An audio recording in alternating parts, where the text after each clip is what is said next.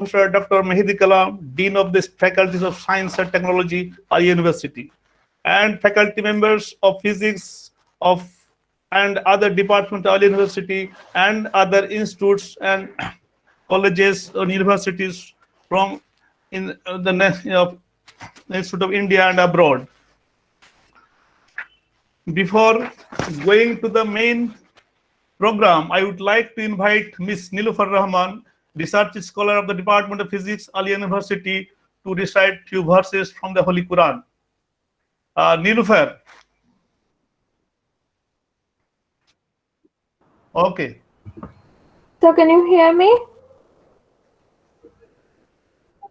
Yes. Yes, we can. Can you hear me, Yes. sir? Yes, yes, yes. Assalamu alaikum. Assalamu alaikum. I'm going to recite the first 3 verses of Surah Alaq, which is the 96th Surah of Holy Quran. Bismillahirrahmanirrahim. This means, in the name of Allah, the entirely merciful, the specially merciful. Iqra bismi rabbikal ladzi khalaqa means recite in the name of your Lord who created. Khalaqal insana min alaq means created man from a clinging substance. Iqra rabbukal akram means recite, and your Lord is the most generous. Assalamu alaikum. Thank you, Nilufar, for your nice presentation of the Holy recitation of the Holy Quran. Now I would like to request Dr. Mughlesur Rahman, head of the Department of Physics, to present the welcome address to our guests. Dr. Mughlesur Rahman, please.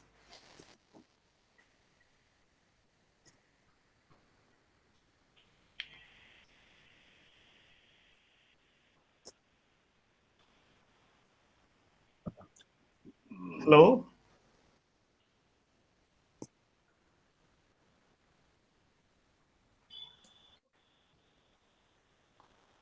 Hello, Mughlesur. আছে? HOD physics is there, but microphone is off.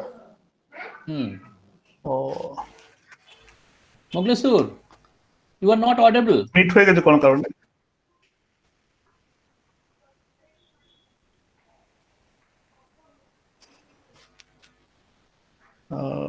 He's joining again. Okay. Networking problem. Network problem.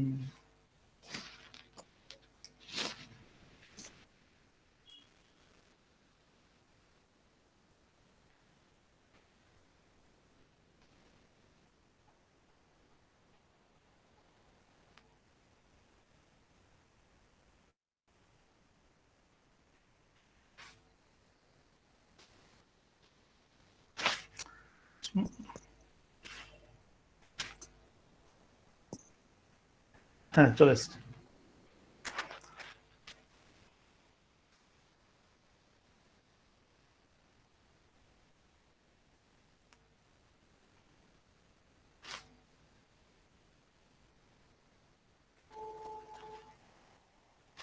I think he's again disconnected.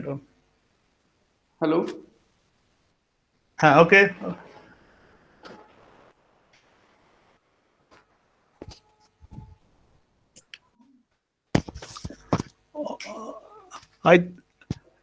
Dr. Mughlesur, you are requested to present the welcome address to them. Okay? Please start. You are audible to us. Okay. Thank you, Dr. Khan. Good evening, everybody. On behalf of my department as well as my institution, I am pleased to welcome all of you to this online lecture series. The lecture series is based on the introduction of field theory. Actually, quantum field theory is a theoretical framework that combines classical field theory, special theory relativity, and quantum mechanics. The QFT, which is used in particle physics to construct physical models of subatomic particles, and in condensed physics to construct the model of quasi-particles. It treats particles as excited states, and you may call it quanta of their underlying quantum fields, which are more fundamental than the particles. Interaction between particles are described by interaction terms in the Lagrangian involving their corresponding quantum fields. To illustrate the fundamentals of QFT, an overview of classical field theory will be delivered by Professor Jane Alam of VECC Kolkata.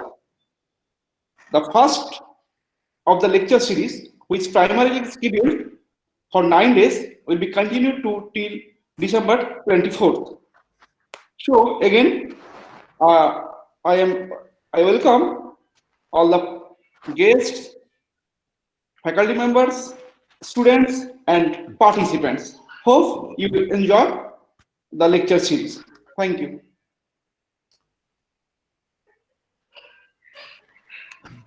Thank you, Dr. Rahman. May I now request the Honorable Vice Chancellor, Alia University, Professor Muhammad Ali Sir, to inaugurate the event and to say few words about this event. Sir, please.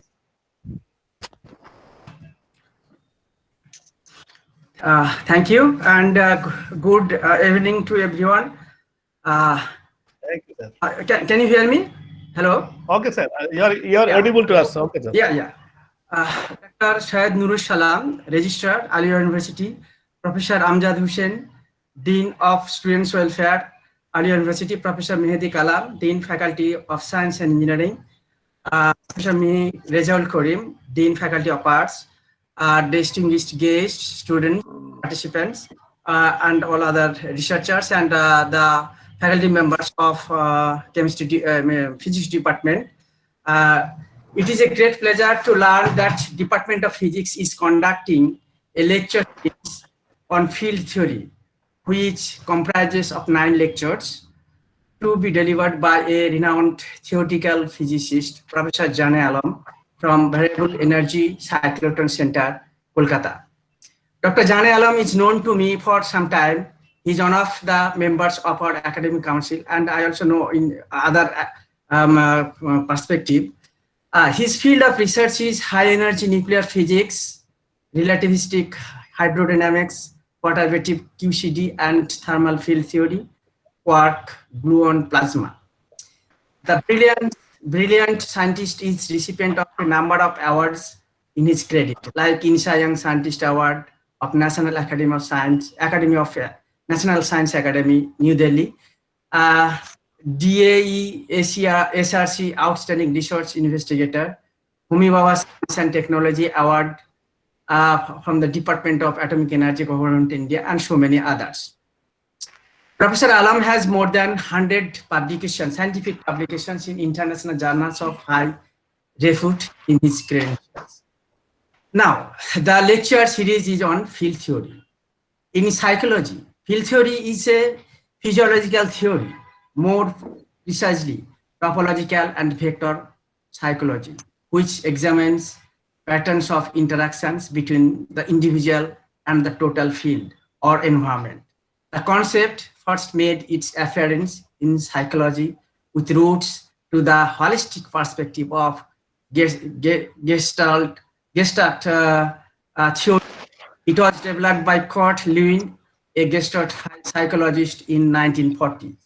Lewin's field theory can be expressed by formula B equal to function of P and D, meaning that behavior B is a function of the person P and their environment E.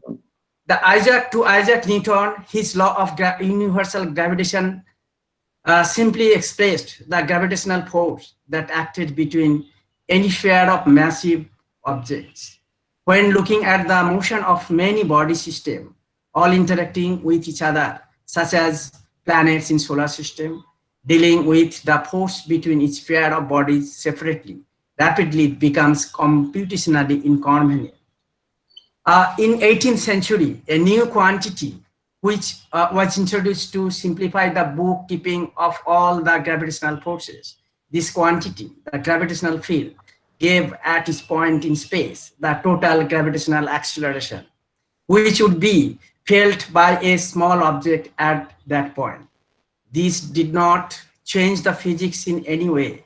It did not matter if all the gravitational forces on an object were calculated individually and then added together, or if all the contributions were first added together as a gravitational field and then applied to an object.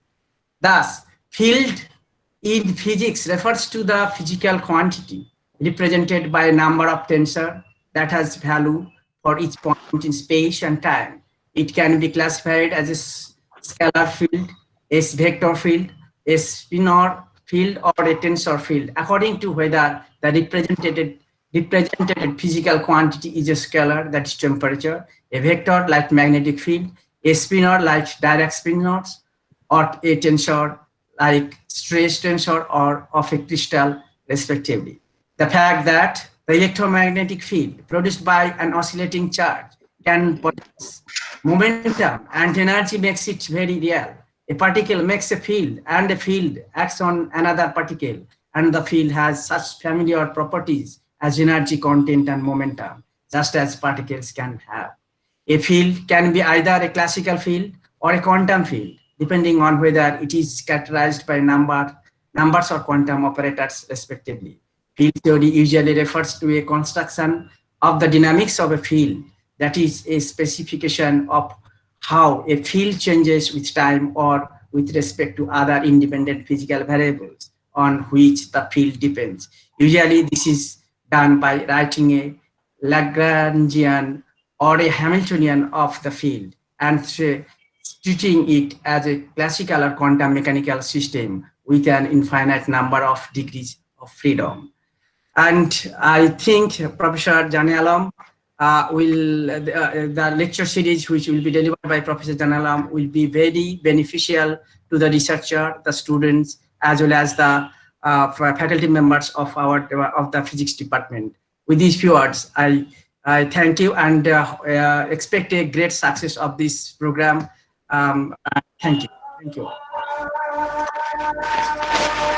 Thank you so much, sir, for your enlightening and vibrant inaugural speech, and also for managing time under your busy schedule to make the event a great success. Thank you so much, sir. May I now request Dr. Nurish Salam, Syed Nurish Salam, Registrar, Ania University, to say a few words on this event. Sir, please. Registrar, sir. Am I audible? Yes, sir, you are audible. Okay. Good evening to everybody. Respected Honorable Vice Chancellor, Professor Mahmood Ali, Professor Amjad Hussain, Dean of Student Welfare Faculty, Professor Mir Rezaul Karim, Dean of Humanities and Languages, Professor Mehdi Hassan, Dr. Mehdi Kalam, Science and Technology, and respected speaker, Professor Jane Alam, eminent scientist,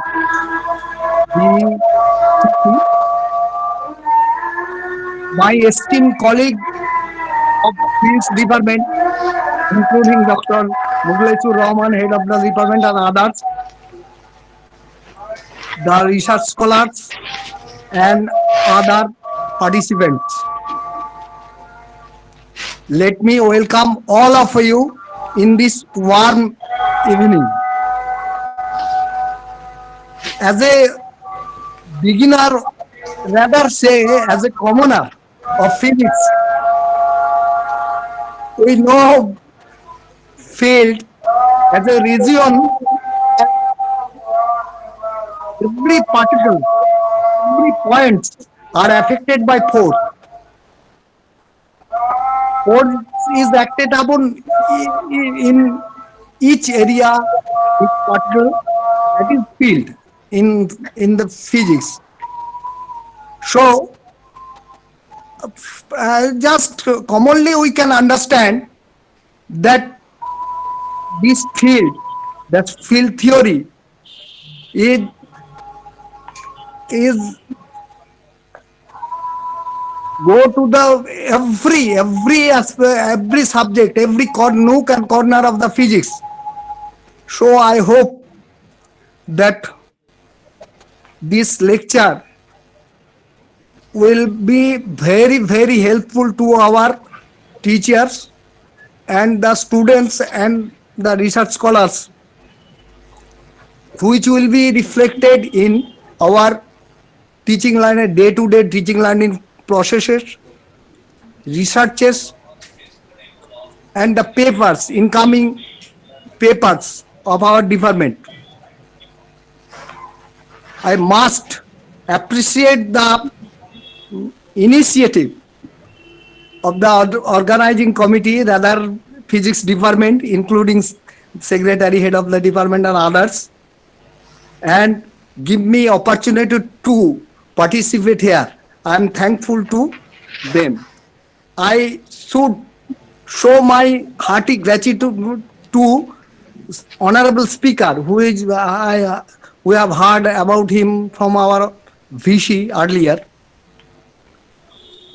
to come here and give a valuable lecture which is precious to us. I am not taking too much time for that, for my speech. So again, I thankful to him. I hope, I firmly believe that this program will be successful and enhance our teaching learning process or research in future. Thank you all. Thank you so much, sir, for your nice words.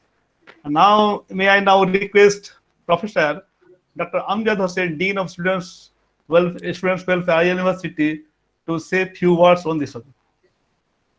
Amjad, sir, please. Good evening, everybody. I think you can all listen to me. Yes, sir, you are audible to us. Okay. It is a matter of great happiness that the Department of Physics, Alia University, has taken this initiative to organize such a valuable lecture series on introduction to field theory. And it is also a matter of great pleasure for us that the eminent scholar, Professor Jane Alum, has agreed to deliver so many lectures on this topic. I think the students will be immensely benefited, and I believe not only the students but also the research scholars as well as maybe the faculty members will also be benefited from these series of lectures. I would like to congratulate the head of the Department of Physics, the two conveners, Professor Mehdi Kalam, who is also the Dean of Science and Technology, and Dr. Abdul Khan, and other members of the Faculty of Physics for organizing such a great event. I would like to also thank our Honorable Vice Chancellor and the Registrar for facilitating this lecture series. And last of all, I would like to congratulate the whole department, and I wish a great success to this series of lectures. Thank you very much. Thank you, Amjad sir, for your very good words and for encouraging us to take this event into action. May I now request Professor Dr. Mir Rezaul Karim, Dean of the Faculties of Humanities and Social Sciences, Alia University, to say a few words.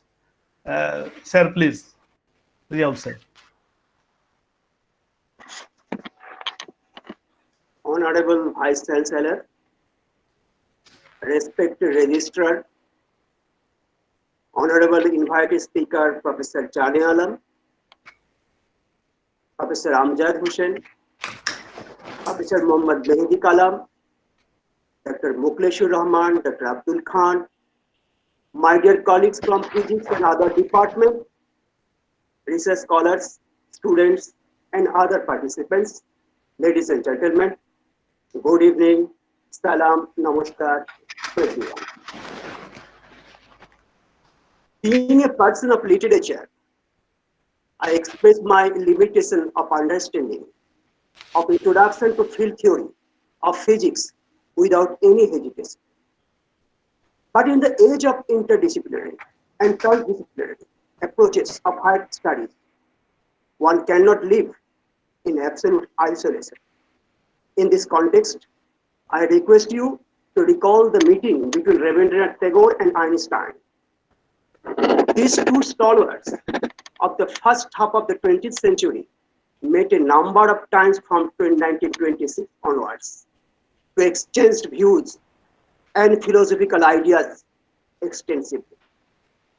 Many have described this experience as Tagore, the poet with the head of a thinker, and Einstein, the thinker with the head of a poet, exchanged views on the reality of nature. Tagore held the view that the world is a human world, and hence, without humans, the world is irrelevant and non-existent. Einstein persisted and queried that isn't beauty and truth absolute and independent of human beings? Tagore disagreed and said that truth is realized through the man, and without man, it does not exist. The whole conversation between these two stalwarts was absolutely fascinating. It brought out the mindset of a scientist taking out of nature as it exists, and that of a poet observing nature through the eye and minds of human beings. Without prolonging, I am concluding my speech with the hope that this online series lecture of the Department of Physics will be a great success. Again, thanks to the HOD, conveners, and other members. Thanks a lot. Thank you all. Thank you, Riyal Kul sir, for your beautiful words on this event. May I now invite Professor Dr. Mehdi Kalam, Dean of the Faculties of Science and Technology and Biotechnology, Alia University, to say a few words on this event. Sir, please. Yeah. Am I audible? Yeah, you are audible. Honorable Vice Chancellor, Sir, Professor Muhammad Ali, respected Registrar Sir, Dr. Syed Nurus Salam, respected Dean of Student Welfare, Professor Amjad Hussain, respected Dean Faculty of Humanities and Language, Professor Mir Rejaul Karim, our Head of the Department of Physics, Dr. Mukleshur Rahman, one of the convener of this lecture series, Dr. Muhammad Abdul Khan, and distinguished speakers, Professor Jane Alam, my dear colleagues from the Physics Department and other departments of our university, and dear participants from all over the country. It is a great pleasure for me to say a few words about the lecture series field theory organized by our department, Physics Department, Alia University.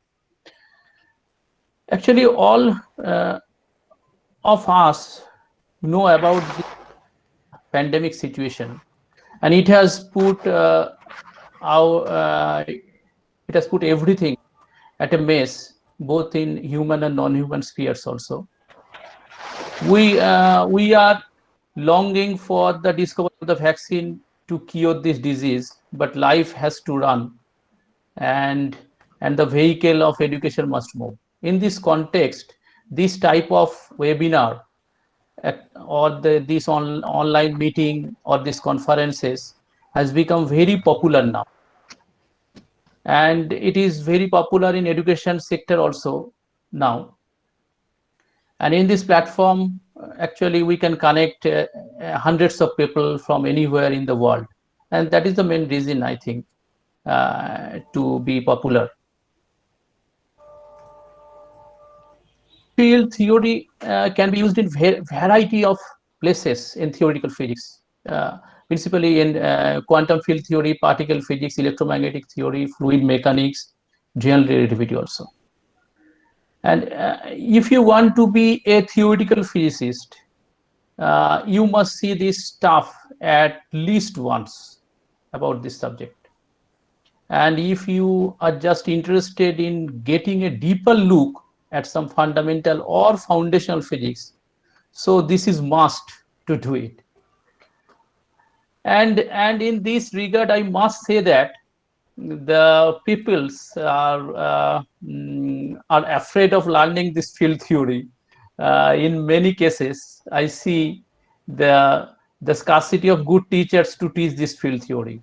And in that point of view, I have a thought to organize this type of series of lectures on field theory for a long time, in such a way that the lectures will start with the preliminary levels with hands-on calculations, so that the starting from the BSc students or from the MSc students, PhD students, or young faculty members, and everyone can enjoy it. And I must say in this point that we are fortunate enough that we have placed, that when I placed my proposal to Professor Jane Alam, a renowned physicist, he actually accepted it immediately. So, so after that, we have a lot of discussion on these issues to materialize it. And finally, we are now successfully organizing it.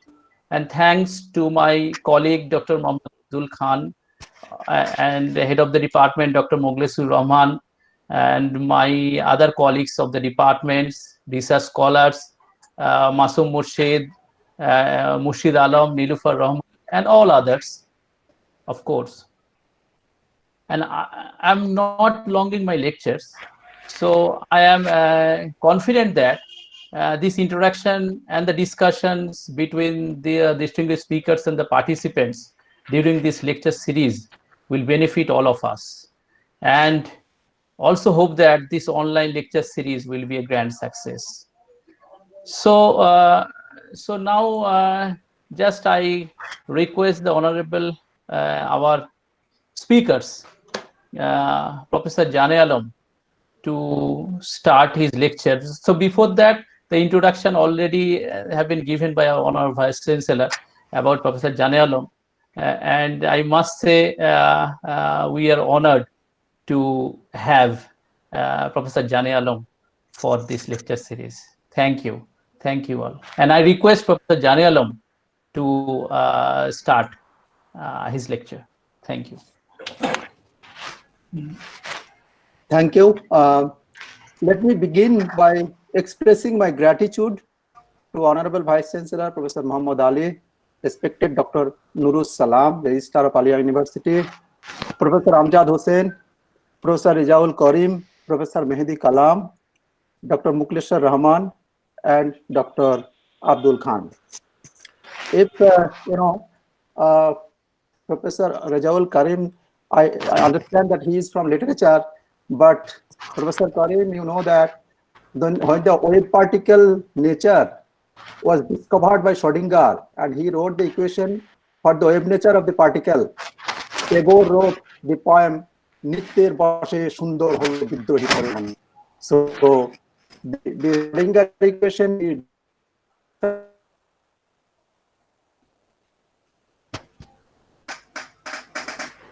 okay.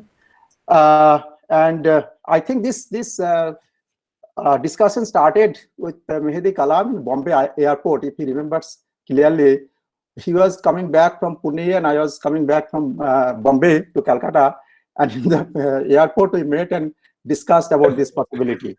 And I am happy that ultimately it has materialized. Before I start the technical lecture, let me tell you the definition of science given by Richard Feynman is that science is the belief in the ignorance of the experts. So, please explore my ignorance. That will help me. Okay, thank you. So let me start my technical session.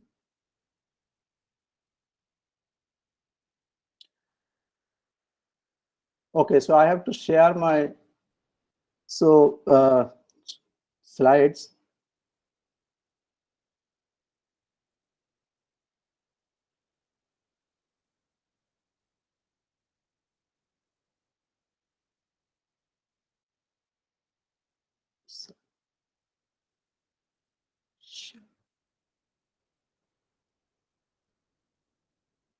Okay, just 1 minute. I am unable to share, it seems.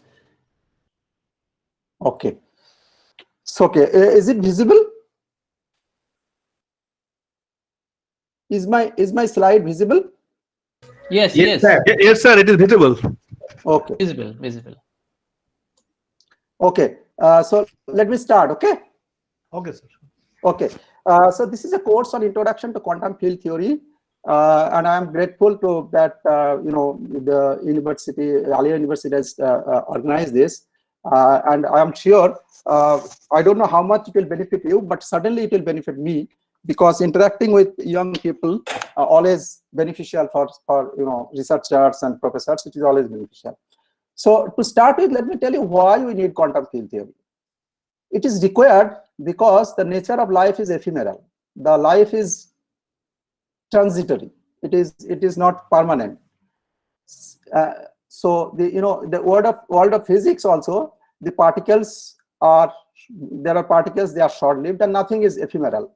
Okay, and in a more technical language, it is required to bring consistency between the two great innovations of the last century, the quantum mechanics and the relativity. This quantum mechanics plus the causality, one can define quantum field theory as quantum mechanics plus causality. So that's quantum field theory. Okay. So to start with, those who are attending this lecture, I assume that all of them or most of them has solved the Schrodinger equations in non-relativistic quantum mechanics. So let me start this with the one-dimensional Schrodinger equation for a particle in a box. Okay. To convey to you why you need quantum field theory. This is the Schrodinger equation which I have written there. Everybody knows that H square by 2m del square psi del x square equal to E psi. This is written in a box which has a size of A, and the box extension is from the origin 0 to A in X. And outside this box, the potential is infinite, so particle cannot go out of this box. And we all have solved the energy states for this, solved these equations and got the energy states as n square by a square size of the box, and this is a constant h bar square y square by 2m. So you see the energy is going inversely proportional to the size of the box. Now let us ask the question that suppose we go on reducing the size of the box, what will happen? So if you go on reducing the size of the box, the energy will increase, right? Go on decreasing the size of the box, energy will increase. Now Einstein told us that if you have enough energy, then you can create particle. So I can write then m as E by c square. When A is very small, energy will be very large, and from that energy I will be able to produce particles. Now you have written down this is a solution of the Schrodinger equations, but Schrodinger equation I have written for a single particle in a box. Now if I am reducing the size of the box, then I can see the energy is increasing, and if the energy is too large for creation of the particles, then I will have many particle system, but I started with a single particle system. So this will kind of system, the Schrodinger equation will not be able to describe, because the particle number is not fixed. It is not a single particle because A is very small, energy is very large, and from there particle can be created. Now, so then that kind of system for a small box, for a smaller box, I will not be able to apply Schrodinger equation to describe the system, because that's a very serious point. we would like to, if you want to see this from a different point of view, that the particle is confined within a distance a. Therefore, the Heisenberg uncertainty principle tells us that delta P will be more than 1 by a. And if delta P is more than 1 by a, then energy, delta E, uncertainty in energy will be more than C by a. Why I am writing C by a? Because you know the energy momentum relations in relativistic domain is E square equal to P square C square plus M square C4. I am putting the M equal to 0 because my momentum is very large. So E is of the order of PC. So P will be, E will be just here, delta E will be just C by A. So if A is very small, the size of the box is very small, and if the uncertainty in energy is very large, right, and if it is of the order of, let's say, mass of delta energy is equivalent to mass of 2 particles, then particle will be created. And if the particle will be created, I started with a single particle. When I am reducing the box size, the number of particles has changed, and the Schrodinger equation has failed to describe such a system. So that indicates that if I want to go to a very small length system, then ordinary quantum mechanics will fail. I will need a new theory, and we will see what is that new theory. Now, what is the distance where this theory will fail? When the size of the box will be of the order of the Compton wavelength, where Compton wavelength is h bar by mc, right? So when the size of the box will be of the order of the Compton wavelength, then the Schrodinger equations will fail to describe such system for such a small box. Now, you may recall that classical mechanics breaks down when the characteristics length scale of the system is of the order of de Broglie wavelength. De Broglie wavelength, you know, it is h by p. So when the classical mechanics breaks down, when the characteristics length scale of the system of a classical system is of the order of de Broglie wavelength, there the quantum mechanics breaks down. Now the quantum mechanics, ordinary quantum mechanics, non-relativistic quantum mechanics will break down when the length scale is of the order of the Compton wavelength. So these are the domain where ordinary quantum mechanics will, or I mean the non-relativistic quantum mechanics will break. You can also see this point by going to the uncertainty energy time uncertainty relation, which is delta E is h by delta T. When delta T is too small, then, you know, if delta T is too small, for very small delta T, sometime I can get this delta E as 2mc square. And then again, because energy is related to the, you know, mass as E equal to mc square, then again, if for very small delta T, you may have sufficient energy to create particles. So again, then that in that case, when the particle, you will be creating a lot of particles will come up from the, pops up from the vacuum, then the ordinary quantum mechanics will break down. So the problem which we are facing here is that when you are going to a small length, quantum mechanics is breaking down. And why it is breaking down? Because in that small length, the energy is becoming too large to create particles. And why energy can be created? Because special theory of relativity told us that m is E by c square. I can create a mass from the energy. I can create a particle from the energy. So when I am trying to combine this non-relativistic quantum mechanics with the relativity, I have a problem, because that is allowing the system to change the number of particles. And if such thing happens, then there is a, you know, the theory breaks down, and then you will need a new theory. And this is quite evident, you know, this you have all heard and read in the newspaper, the Large Hadron Collider at this CERN, Geneva, they are running and colliding 2 protons and creating hundreds of particles. So when they are colliding 2 protons with large energy, from that energy, hundreds of particles are getting created. So particle creation from the energy is a very well established experimental fact. So, and so energy availability produce the particles, that is a established fact. And then when we are trying to combine the quantum mechanics with the relativity, we are facing a problem. Now, before I go further, let me just tell you what is the unit I am going to use for the rest of the discussion. And this is the standard units used in every quantum field theory books. So like SI unit, we choose the length, you know, then mass and the time as the physical quantity. And then we decide that length will measure in meter, mass will measure in kilogram, and time we'll measure in second. So, and then we build the SI unit. So for any unit, I need to choose 3 physical quantities, and then I need to decide in which unit I'll measure them. Like as I said, in SI unit, length in meter, mass in kilogram, and time in second. In CGS, you know, it is length is in centimeter, mass in gram, and time in second. Here, I'll not take all those physical quantities. I'll pick up physical quantities like action, velocity, and mass. You know, action is nothing but all of those who have read the physics in BSc and MSc who know that action is nothing. It has a dimension of action is nothing but it is Lagrangian times the Lagrangian integration over the Lagrangian. So Lagrangian times Lagrangian has the unit of, you know, energy, and time has the unit of second or so. So you can think of the action as it has a dimension of the either energy into time or momentum into distance. So we took the physical quantity in action, and then I decide that I'll measure this action in the unit of h bar, where h is the Planck constant and h bar is h by 2 pi. And then this physical quantity action I'll measure in the unit of h bar. So my h bar is equal to 1.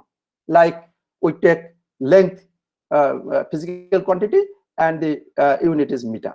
Then I take the velocity as another physical quantity, and then I decide that I will measure the velocity in the unit of velocity of light in vacuum, right? That means c is equal to 1. So action and velocity, I have taken these two, and then if I take h bar equal to c equal to 1, then Einstein equation m is equal to e by c square. If c is 1, then m is equal to e. That means the energy and mass, they will have the same unit.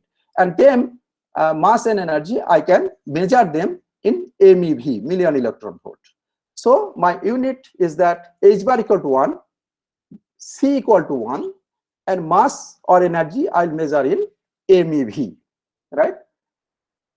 So h bar is actual value is 6.626 into 10 to the minus 34 joule second. C is 3 into 10 to the 8 meter per second. So C into h bar is 1. And if I put the value of h bar and C, these values, I'll get a relation that 197.32 MeV Fermi is equal to 1. So this is my unit, and rest of the lecture I'll use this unit, that h bar equal to 1, so C equal to 1. So in non-relativistic quantum mechanics, whenever you have seen this h bar, C, and all that, all are 1 in quantum field theory, and this is the unit which is called also natural unit in quantum field theory, and it is used across all the quantum field theory and particle physics book. Okay, and it is, you can check that mass of the electron, you know, this mass of the electron, then according to this unit I can measure in terms of centimeter inverse, and mass of the also I can measure in second inverse, because I have this peculiar unit. I can express mass in second inverse or centimeter inverse. I can you know, express my age in MeV inverse, or and so that. So this is a unit which I am going to use. So as I have seen that the quantum mechanics and relativity, when I am trying to combine them, I have a lot of contradictions, because for a small length, as I gave the example for the box particle in a box, small length box, I am creating particles, and that when I have number of particles is changing, my non-relativistic quantum mechanics is failing to describe it. Now let me give you another example why you need the quantum, a new theory. We know that we consider the propagation of a particle which is propagating from a distance from a point x0 to x, and that we know from quantum mechanics that amplitude is given by this e to the minus ht. X0 is this bra, and x is the cat, and this is the bra vector. This is the expectation value of this operator e to the minus I ht.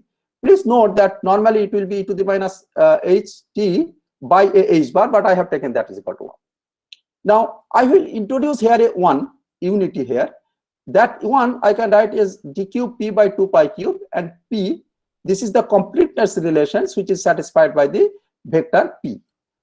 What I am doing, I am introducing that 1 here. So this equation becomes integration over d cube p by 2 pi cube, x e to the ist, and this is the 1 p x0. Now h I write in as p square by 2m, right? And you know this is non-relativistic. So H, if I operate on this vector P, I get the vector eigenvalue P square by 2m. So I take this eigenvalue there and take this outside the Bryant cat notations, and then I have xp and px naught. This xp I know is nothing but e to the ip dot x, and px naught is e to the minus ip naught x. I put all these vectors here, and then I get ut, the propagation amplitude for the particle going from x naught to x as expression. And this you see is a square plus bp time kind of thing. So I can complete the square here, and it will become a Gaussian. I can perform the integration, and the integration result is ut is this. And this is a very important data. The propagation amplitude for the particle going from x naught to x is given by this. Now, the interesting thing, you please note that this is non-zero for any value of x and t. That is unacceptable in special theory of relativity. Because in special theory of relativity, we know the velocity, maximum velocity through which a signal can propagate is the velocity of light in vacuum. As I said, 3 into 10 to the 8 meter per second. This, no particle, nothing can exceed this velocity. Now, this x, if this is valid for any value of x and t, then it will mean that the particle can propagate a distance x within a very arbitrarily small time t. It can propagate any 2 points in arbitrarily small time, because this is for any x and t, this is non-zero. That means that the particle can propagate any 2 points in arbitrarily small time. But special theory of relativity does not allow that. If it wants to propagate between 2 points, then the time cannot be arbitrarily small.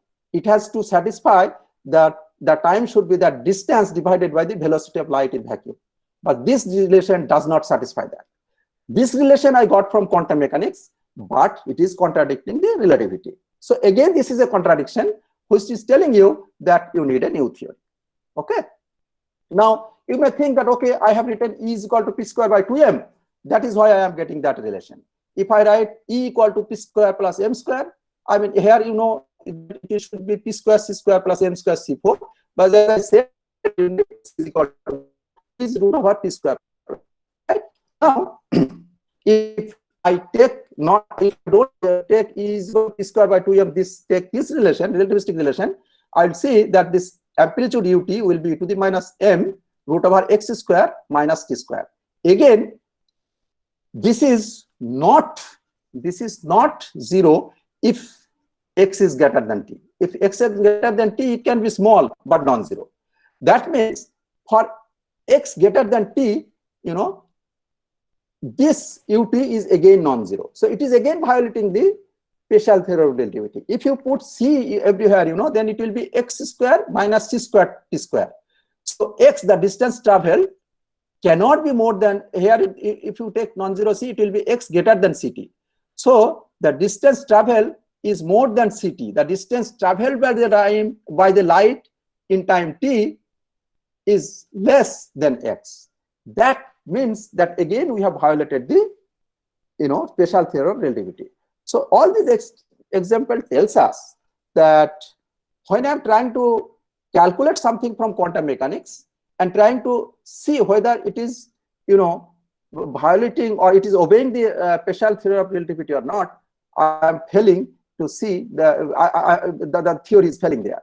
So the ordinary quantum mechanics and the special theory of relativity, they are contradicting each other. So this contradiction, for this contradiction, we need a new theory. And let us see what is the new theory. This is a very you know, interesting and very important box, which is, you can see here, is called Missing Box by Sidney Coleman. You know, we have a, suppose we have a particle, macroscopic particle. I can describe that particle by applying the laws of classical mechanics. Right? Now, suppose I want to describe now the microscopic system, like let us say the motion of electrons in the hydrogen atom, then I know the classical mechanics will break down, right? Classical mechanics will break down. Then what do we do? In the classical mechanics, we have certain dynamical variables like position of the particles, the momentum of the particles. What we do then?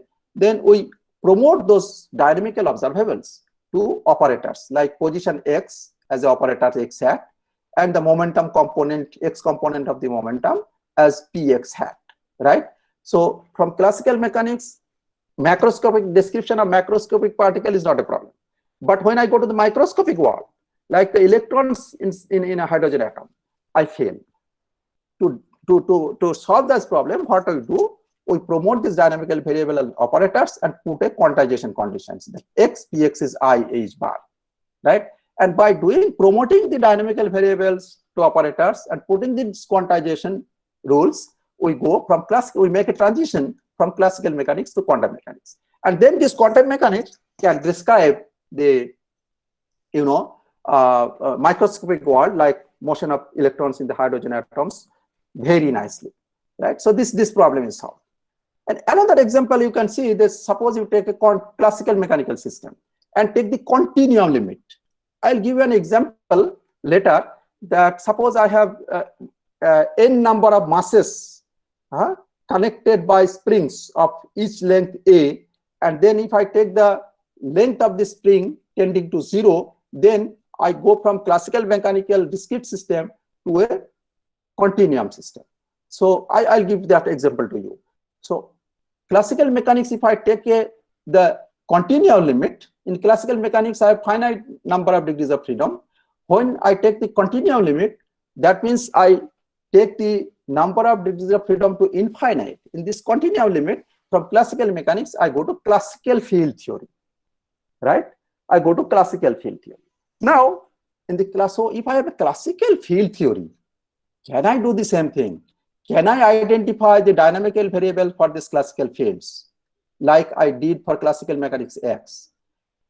Then what I can do from this classical field theory, if I have the dynamical variables, I'll again promote them to operators like this and put a quantization conditions, then I'll go to quantum field theory. So you see, then this is the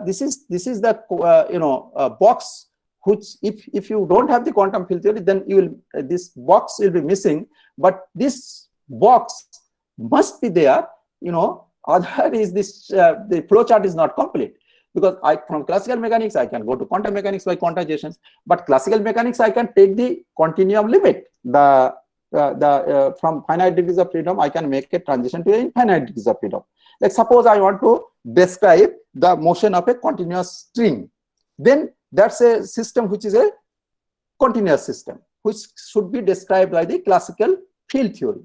And if I have a classical field theory, I'll again try to identify the dynamical variables, promote them to operators, and use an appropriate quantization rule to go from classical field theory to quantum field theory, right? So this is very important.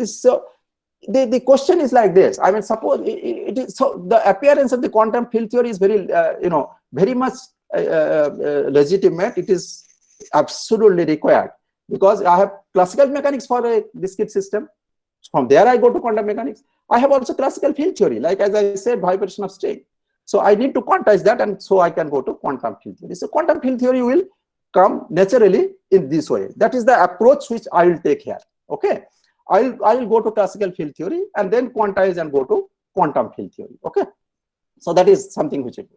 Like say Maxwell equations, they are all classical field theoretical equations, and the solutions of the Maxwell equations we know is are the electromagnetic waves, and if the phenomena like diffraction of light, interference of light, I can describe by using the solution of the Maxwell equations, right?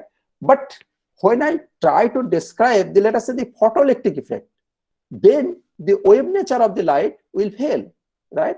So classical field theory, like classical mechanics failed to describe the quantum mechanics, say motion of the electron in the hydrogen atom, the microscopic world, classical mechanics failed.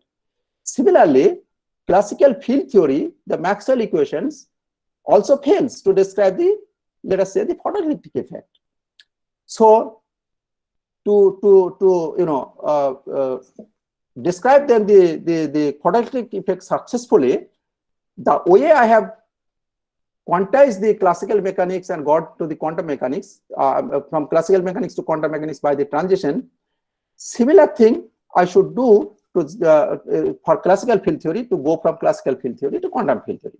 And you know, all know that photoelectric effect can be described when we assign particle nature to the light, the so-called photon. And this photon then I should get by quantizing the Maxwell equations, right? Because again, I am repeating this because this is very important, that Maxwell equations falls under the category of classical field theory. Its solutions gives me the wave, which describes lots of phenomena in the nature, but it fails to describe the photoelectric effect. Like classical mechanics fails to describe the motion of electrons in atoms. So similar to classical mechanics, I need to quantize the classical field theory. What I have to do, I have to identify some suitable dynamical variables, promote them to operators like the classical mechanics, appropriate quantization rule we should use, and go to quantum field theory. That is the approach which I am going to take here. But before going there, let me just give an example of classical field theory, because in some of the books it is discussed in the introductory sector. So I think this will be very useful to build the concept. So you see, this is very legitimate. That is what I want to argue, that classical field theory, quantization of the classical field theory will give me the quantum field theory. And that is the approach I am going to take. Now, the transition from discrete system to a continuum system. Now, you consider a system of composite n particles, let us say. Each spring has a length a, and with that spring, there is a particle of mass m is attached.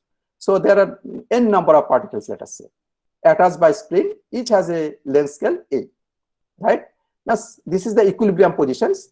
You just give a small perturbation so that the system goes away from the equilibrium positions, and let us assume that the distance of the particle from the equilibrium position is denoted by eta.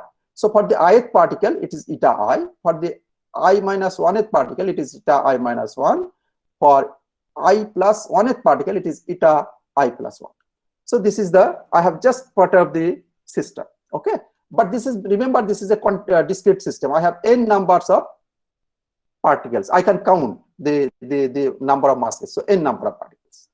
And then the kinetic energy of ith particle will be half m eta I dot square. So the total kinetic energy will be half summation over eta I dot square. And the total potential energy, you all know that it will be half, k is the spring constant, eta I plus 1 minus eta I whole square, right? So then this is my kinetic energy and this is my potential energy. A is the length of the spring, m is the mass of the particle, and eta is the displacement from the equilibrium position. K is the spring constant. So this is my kinetic energy, this is my potential energy, okay? And now what I can do, I can construct a Lagrangian for this system. So Lagrangian is kinetic energy minus potential energy. And then I get this expression which I have written, and I divide this by a, multiply this by a, okay? So this is m by a.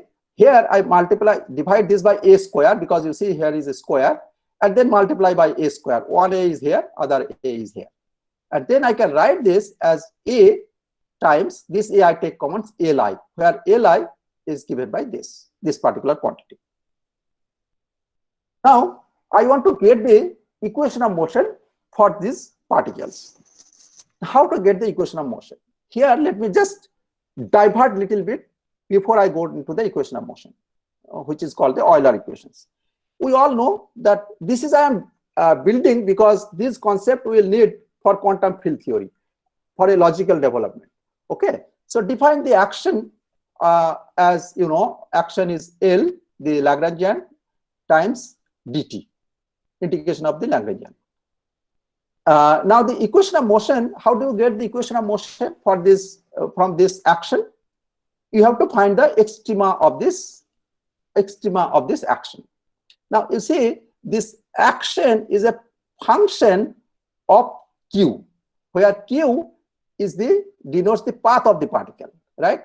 Because suppose you have a particle at this point, at point 1, at time t1, and then it propagates and go to point 2 within a time t2 and goes to point q2, right?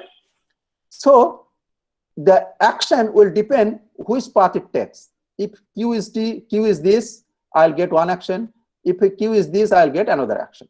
Now the question is, which of these? There are infinite number of possibilities of the paths.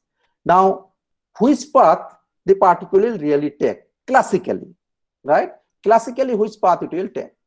That will be obtained by extremizing this action, right? So please note that the action depends on the path, and each path is denoted by a function qt. So action is a function of the path, and path itself is a function of time. So you can say action is a function of this function qt, which is called a functional. So S is a functional of q. It depends on the path, right? So this is the action, and I have to get the stationary value of this action, or I have to find the extremum of the action. Let me just make a comment here, is that when the particle goes from 1 to 2, in classical mechanics, it takes the path where this S is stationary. But in quantum mechanically, it can take all the paths, all the paths, all the possible paths you have to take into account. And that is the of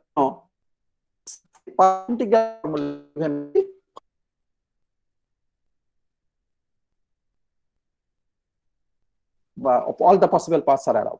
So you have to take into account all the paths, infinite number of paths, right? So that means you have to take the integration over all the paths. That is what is the path integral. I'll come back to that later because otherwise it will divert the whole discussions. So the S is a function of the path. Path is a function of time t. So action is a function of this function. So S is a functional of q, right? And I have to find out the path by minimizing the or extremizing the SQ. So what should I do? This is a function. S is a functional of q. Like, let us now recall, when we try to find out the maxima or minima of a function, what do? We take the derivative of that function with respect to the variables, put it 0, and then find out whether it is minima or maximum. Now, here the action is a function of the path. So I have to learn how to, and I know along which path this action is minimum. So what I have to do, I have to learn to take the derivative of this with respect to path, with respect to the function q, which is called the functional derivative. Okay. So if I take the function, I have a function f of x. I want to find out the minima or maxima. What I'll do, I'll take df dx and put it equal to 0 and find it. So I have to take here derivative of s with respect to q and put it to 0, and that will give me the maxima or minima, or let us say extrema of this action. Okay.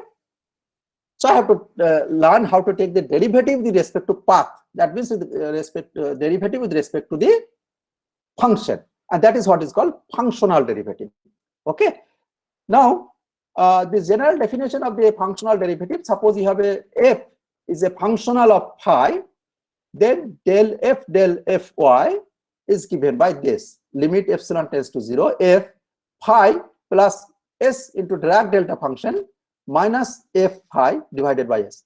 Just recall here, like ordinary derivative, f x plus h minus f of x by h limit h tends to 0. That is what we learned in your high secondary course, right? And this is very similar, but not exactly the same. This is the functional definition of the functional derivative. An easier way to find out the functional derivative of this f is df d phi, limit f tends to 0. Take f, phi is the function or for which f is the functional, phi plus epsilon f. Just what I have done, I have deviated, I have just taken an increment of phi to by a s epsilon times f, which is also a function of x and y. Phi is a function of x, y, then f is also a function of x and y. Phi f is a function of f phi dot also, where phi dot is some derivative with respect to x or y you can take, and then they take the deviation and x. Okay. Now, so this is the definition. So what I should do here now, in case of S, the action S here, what I do, I apply this definition simply. Let us see what happens. Okay, so S is this, right? So let del S del Q, this is the functional derivative which I have to find out and put it to 0. I want to find at along which path S is minimum. So I have to take the derivative with respect to path Q. So this is the derivative I am taking with respect to that path, put it equal to 0, analogous to the ordinary derivatives of functions. So this is the definition I have said. Now this L Q is the path, epsilon F is its deviation, and Q dot plus epsilon phi dot, and this is again, L can be a function of t, so it is t dt. Okay. Now if I do the Taylor series expansion of this, first will be a function of Q dot and t, and there is no epsilon involved there. So if I take the derivative with respect to del epsilon, this will give me 0. Second term will be linear in epsilon, del L del Q times epsilon F plus del L del Q dot epsilon F dot dt, right? And the next term will be involve epsilon F square, because in the Taylor series square term. So if I take the derivative of that term with respect to epsilon square, with respect to epsilon square will give me linear in epsilon. If I take epsilon tends to 0, this term will also vanish. So only on all higher order terms will vanish. So only term which will survive is this term will survive. So del S del Q, the derivative with respect to the path is given by this, right? Del L del F plus del L del Q dot F dot. Now this del L del Q dot F dot, I can write this as a total derivative del L del Q dot F and subtract this del dt of del L del Q dot F, as if I have written this is equal to this plus this. So this quantity del L del Q dot F dot I have evaluated. I will put this here. Okay. So then what I get is this, right? Now you see this is a total derivative and this is the integration of del t over delta t. So if I integrate this, it will give me a simply result del L del Q dot into F, right, at the point T1 and T2. But this F, see, this F was the variation of Q, but the endpoint no variation is allowed. So FT2 and FT1 is 0, because the particle is going from point 1 to point 2, right? It can take various paths, but the two endpoints are fixed. So the function which is the increment in Q must vanish at the two endpoints at T1 and T2. So this term goes away. So what remains is this.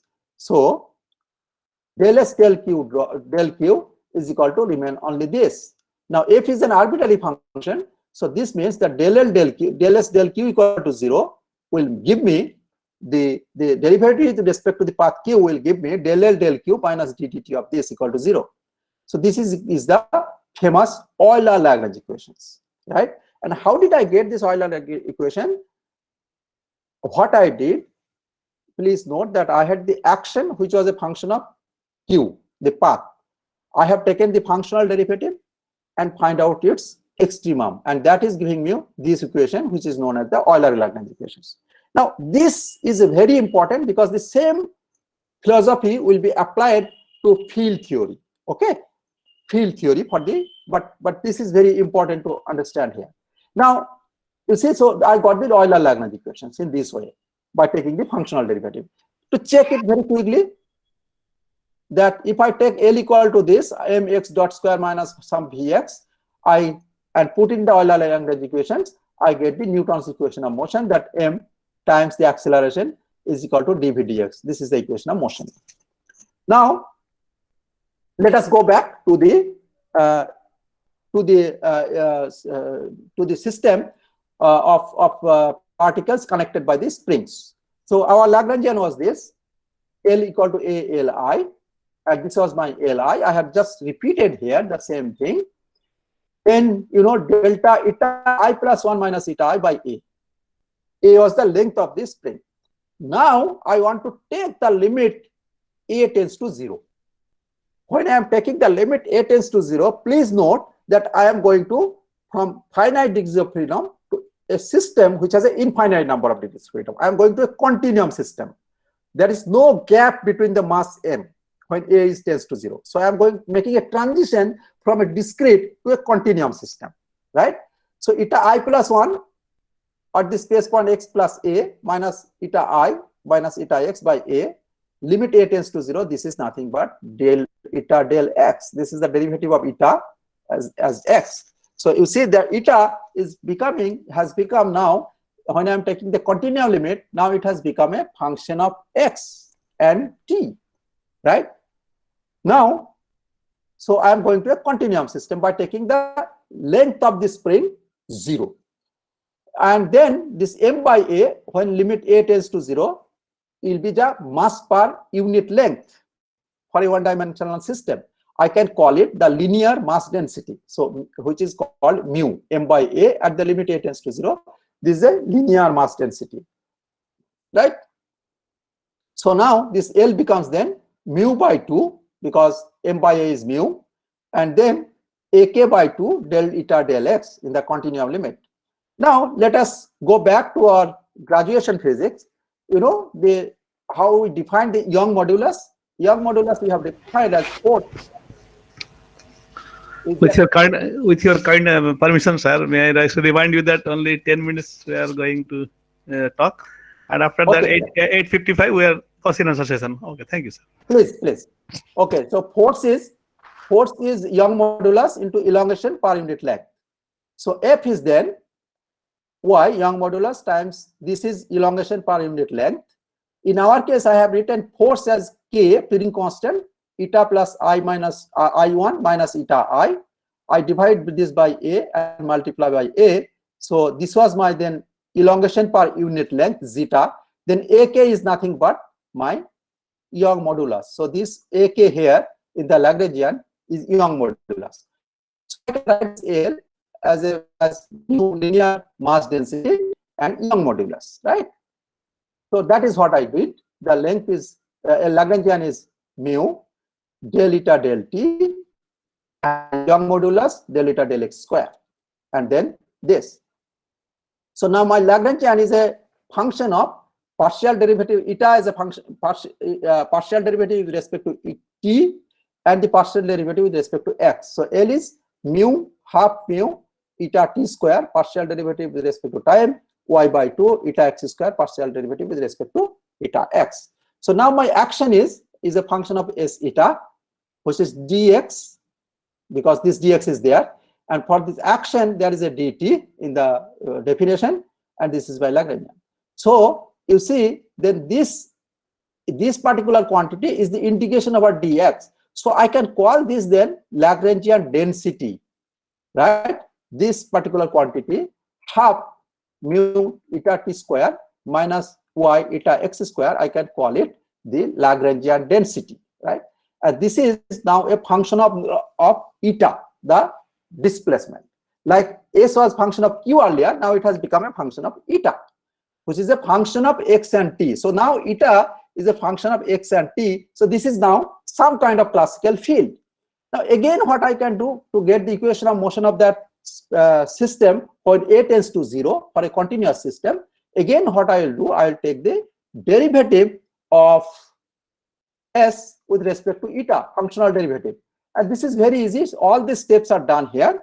If you do that, those steps very carefully, each step is done, so there is no there should not be any problem here. You get this equation. To get this equation, mu del square eta del t square equal to y Young modulus del square eta del x square. So I can define a quantity called v, which is y by mu. So v square is y by mu. Then my equation is 1 by v square del square eta del t square is equal to del square eta del x square. But note that this is a OAB equation, right? This is an equation which will describe the continuum system. This is a OAB equation. So now, from this discrete system, when I take the limit of continuum limit, I got a OAB equation, which is a classical field theory, right? Now, if this is a classical field theory, then as I said, I have come by taking the continuum limit, I have come to this particular point, which I showed in my diagram. So classical mechanics to continuum limit I have taken, and I have got a classical field theory here. Now, suppose you had given, you all studied the harmonic oscillator. There was one particle there. So what we did there, again, the classical dynamical variables, we promoted them to operators, and then make a transition from classical mechanics to quantum mechanics. And then what we did, actually, we got the Schrodinger equation, solved it, and got the solution. So from classical mechanics, if I take the continuum limit, I now have gone to the classical field theory. And when I go to the classical field theory, now the legitimate question will be that if I can make a transition from classical mechanics to quantum mechanics, now from classical mechanics I have taken a continuum limit and gone to classical field theory. Now how, just like here I have replaced the word classical by quantum, how to replace this word classical by quantum now, right? That is what we'll see in the not in the next lecture, but I will give a introduction and go there slowly. So the point is that how can I make a transition from classical field theory to quantum field theory? Again, I will repeat that I will identify some dynamical variables which will be analogous to the position and momentum, use the similar kind of quantization relations, and go to quantum field theory, which will describe the microscopic world. Okay, so better than Professor Khan, I stop here, and next we will continue from here. Okay, thank you, sir. There are two questions. Dr. Mahmood Hassan, I think he want to ask some question. Dr. Mahmood Hassan, please.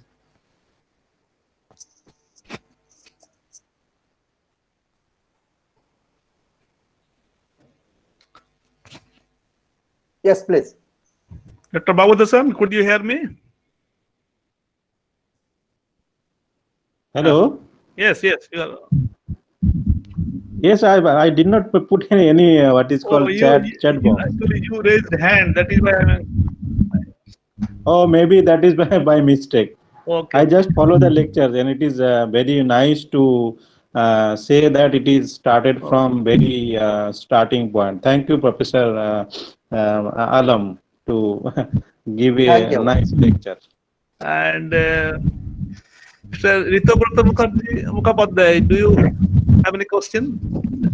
Yes, I have one question. Okay, please put forward. So, Professor, until the section to which we have completed today, here we have, when we're taking the action, we are just taking the path, that are we considering any path from reaching from point 1 to point 2, or are we taking the one that has the least curvature? I mean, according to classical mechanics, analytical mechanics. So here the path that we have taken, that is to reach from point 1 to point 2, we have taken it in a manner which has the least of extrema.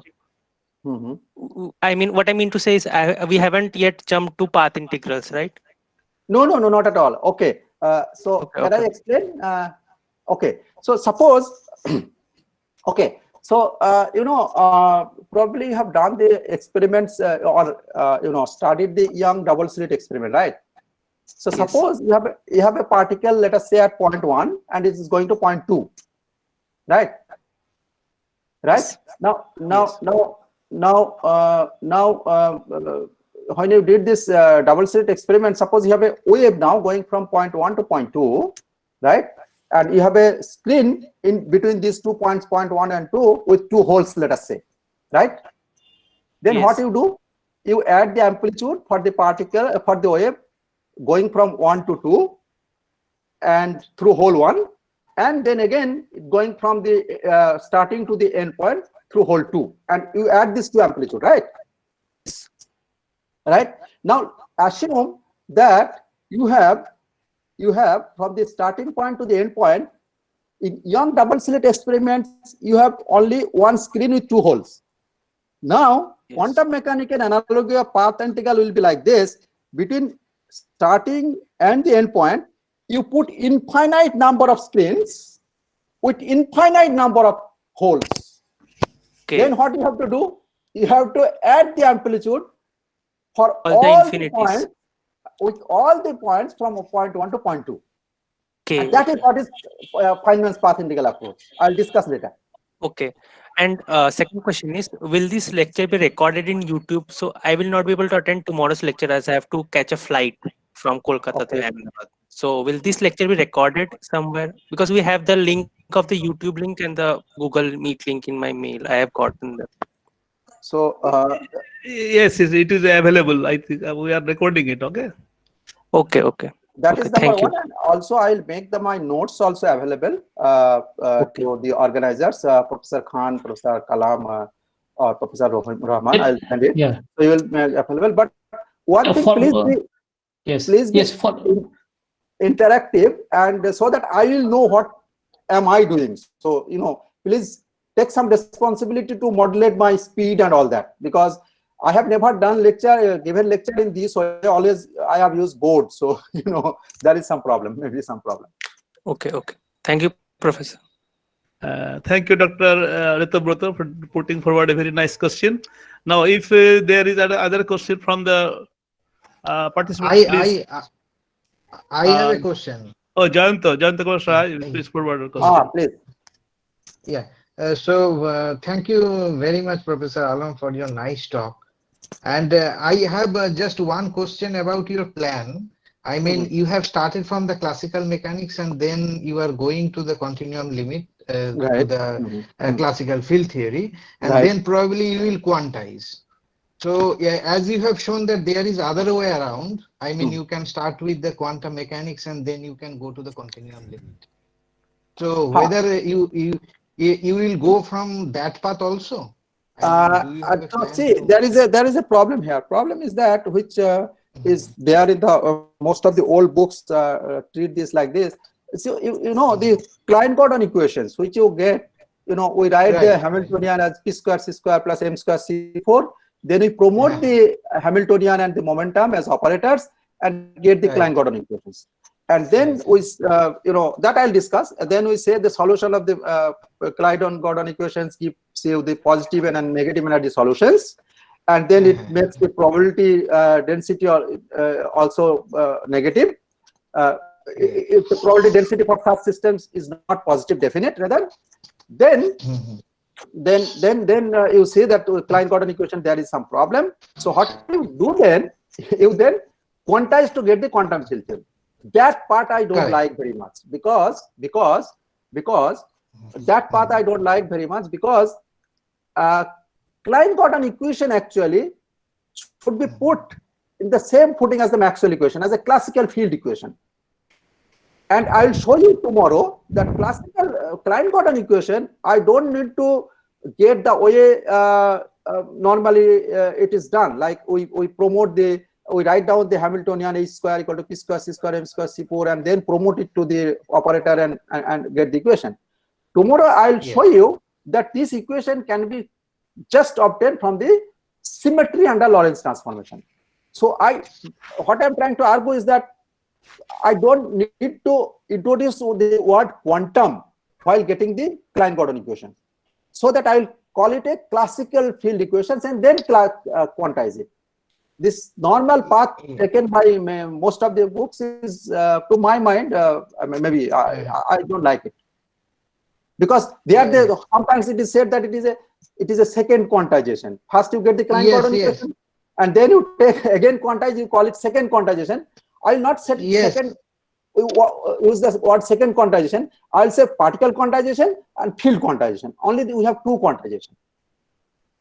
Yes, I mean, this is also very good because from the classical to classical mechanics to classical field theory, and then from classical field theory to the quantum field theory, all this channel can be done without any introduction of the relativity, right? No, I'll use the invariance and the Lorentz transform. No, I mean, I can do without the Lorentz invariance also. No, Lorentz invariance will need, because that is the symmetry of the nature in the relativistic domain. But I don't need to use the word quantum. That is what I am saying. Tomorrow I'll do it. So please be there. Okay. Thank you. Okay.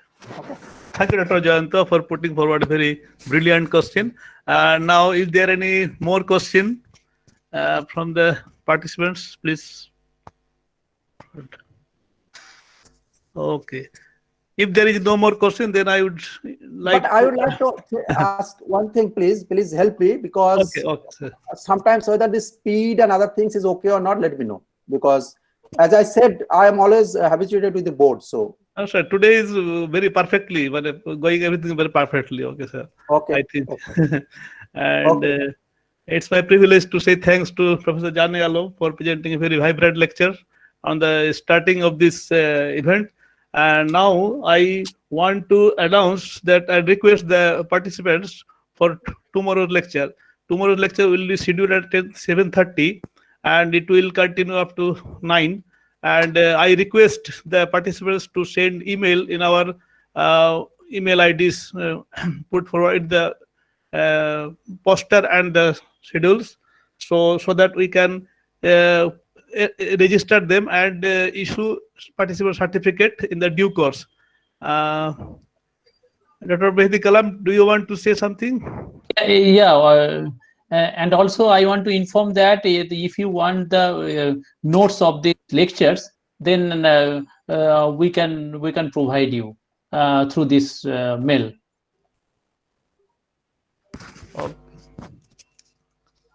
Okay. I think I should thank once again to Professor Alam for his nice presentation and all the participants for your graceful presence in this program. And I expect more participants tomorrow to join the lecture series and enjoy it very much. This enlightening lectures we are going to be organized for 3 weeks or more. Thank you so much for joining us. Thank you all. Thank you. Thank you, Professor Alam, and all the participants. Thank you. We'll see you tomorrow. Oh, sure. Tomorrow. Yeah. Thank you. Okay.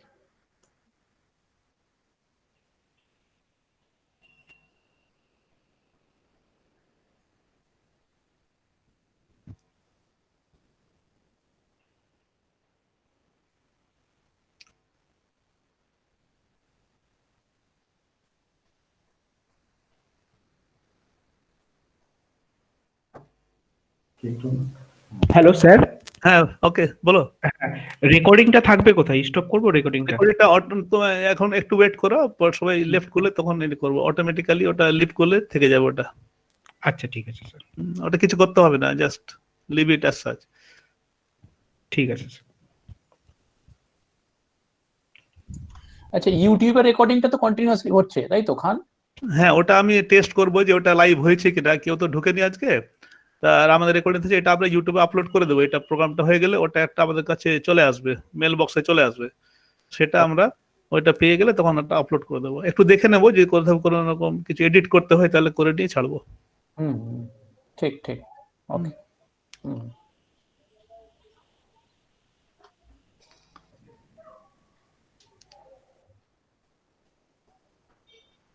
Rabiul আছো না পালিয়ে গেছো? Doctor Rabiul Islam, Raiganj university.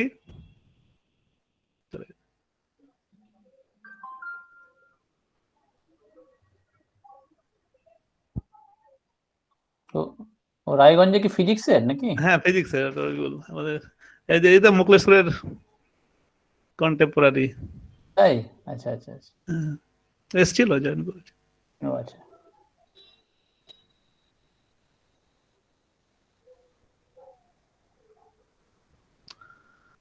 Masum sir. Masum, এবার তুমি রেকর্ডিংটা of করে দাও। আচ্ছা, ঠিক আছে। আমরা একটা ইনফর্মাল কথাবার্তা হতে পারে। হুম।